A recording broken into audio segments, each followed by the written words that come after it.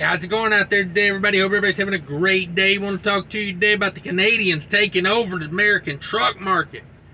Have you noticed lately all the Canadian companies are buying up all the American trucking companies? You got Bison buying up. Who was it? H.O. Wolding, Hart.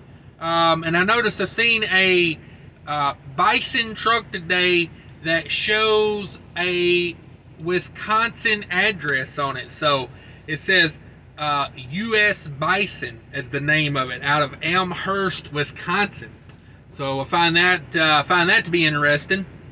And you got TFI, buying up. God, they buying everybody. UPS Freight last year. They own CFI. They own Transport America. They just bought DD Sexton. They're just scooping them up. And why is this? Why are the Canadians coming into America and spending all their Canadian dollars on American trucking companies? And that is the question I'm asking today. If you know why it is, put it in the comments. Let me know. Another thing that my theory is based on is I heard a news story that Schneider National is closing their Canadian operations. And I think for me, I'll boil it down real quick and then I'll talk about why I think this.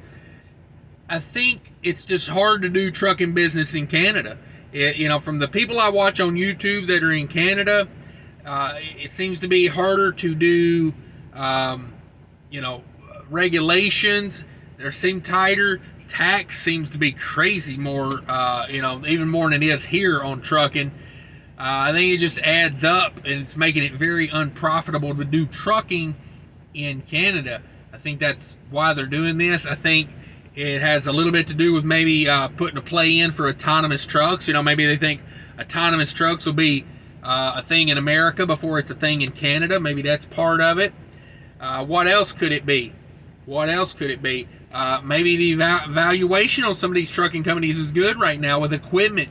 Being able to get equipment, maybe you just got to go where the equipment's at. Maybe there's more equipment in America, and you're better off buying these companies and taking the drivers and the equipment and trying to hang on to it as long as you can. But let me get to this Schneider story real quick for you here.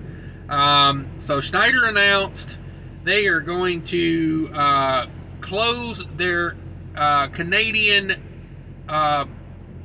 terminal.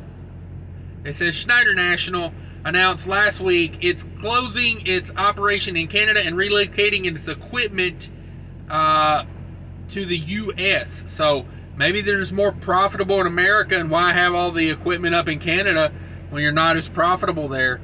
It says the Green Bay, Wisconsin-based fleet is closing its facility in Ontario, Canada. In a statement, the company said its Canadian operations do not fit with Schneider's long-term strategic focus.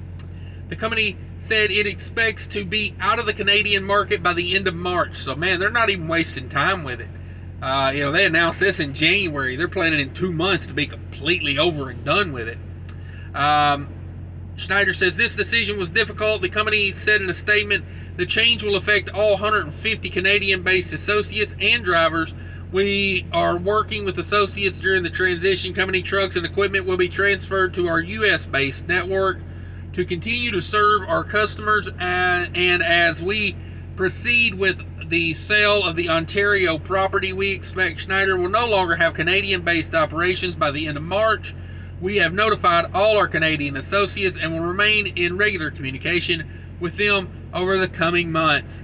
Earlier this month, Schneider acquired Midwest Logistics Services, which operates 900 tractors at 30 locations in the central U.S. So that's kind of been the story here lately. Equipment's too hard to come by. There's not enough new trucks being made. So what do? You buy up a smaller company and you take their drivers and their equipment and their facilities and you make it your own.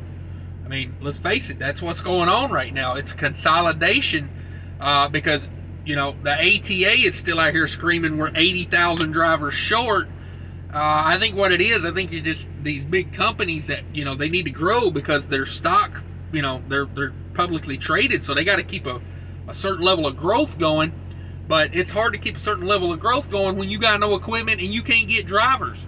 Like the ATA companies, you know, they're having trouble getting drivers. So what do? You go out and you buy up other people. You buy their drivers and their equipment. You know, it's like,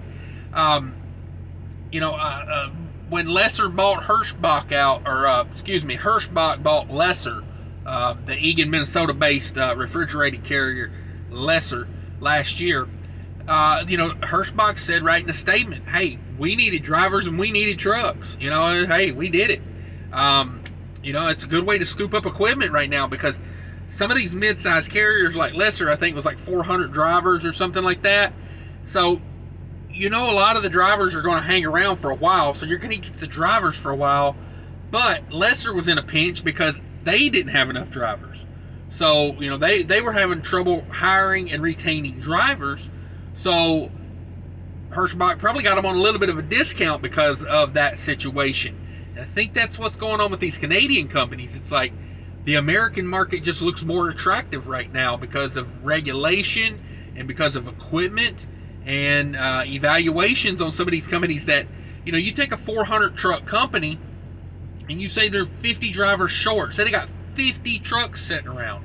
Think about how much investment is sitting there, percentage-wise, you know, of your company's assets are sitting there being unutilized. And in trucking, you know, that's a key, you know, thing you got to watch in trucking when you get a big company, you know, hundreds of trucks, is the money you make utilizing your equipment.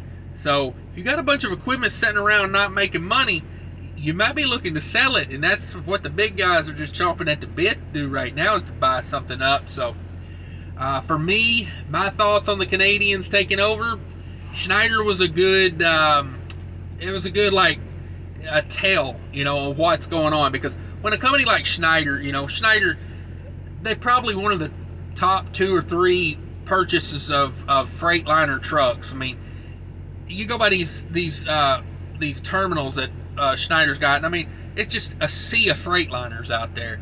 So for them to, you know, like want to move equipment out of Canada and get it back to the U.S., and I've also heard Schneider really ain't leasing trucks out anymore because they're having too much trouble getting new trucks coming in, and I've heard this of other big, you know, mega fleets as well.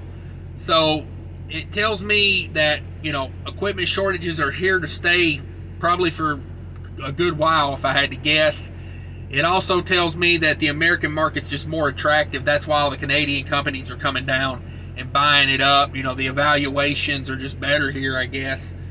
Return on investment, you know, because you take a company like Bison or TFI, they could buy anybody they wanted in Canada. It's not like they're coming here to get, you know, to buy, you know, little companies that are, you know, 50, 60, you know, trucks. They're coming here and they're buying up like 400 or 500 truck, you know, fleets. And I mean, you know, what was it, $800 million TFI spent on UPS Freight.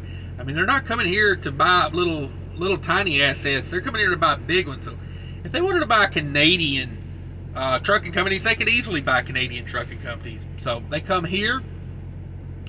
It's surprising to me that, you know, it's going on like it is. I don't know how much U.S. regulators really care to do anything about it. You know, how long before Chinese companies start coming in here buying up trucking companies? I don't see it being, you know, that far out.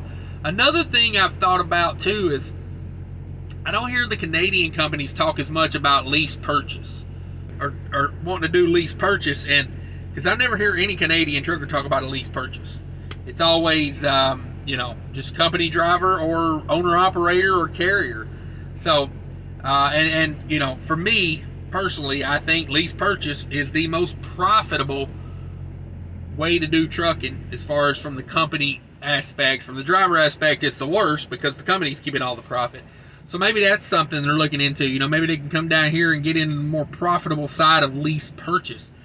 I don't know for sure, but I know it is a little suspicious of all the Canadian companies coming here Well, not all of them, but a couple of the big ones are coming here and just snatching up American companies right and left. Like literally, I was doing a story on it every time. TFI would buy somebody up, I would do a story on it. And hell, I got tired of doing the stories. It was like every week they were buying somebody. Laidlaw. They bought, I can't remember the one, the heavy haul that TFI bought. I mean, it's like every day they're buying somebody. So, I don't know. You guys let me know in the comments what you think about it. It's just something I've been thinking about the last few days, so I thought I'd do a quick little video on it. Thanks for watching. Be sure to hit that like button if you could, if you liked the video. If you're not a subscriber, think about becoming a subscriber. All it takes is hitting that red subscribe button down there. And that's it. Take care of each other, everybody. Thanks for watching. Bye. Marge shirt is a classic, Marge. Just like Keep on Trucking. As if I would ever want to stop trucking.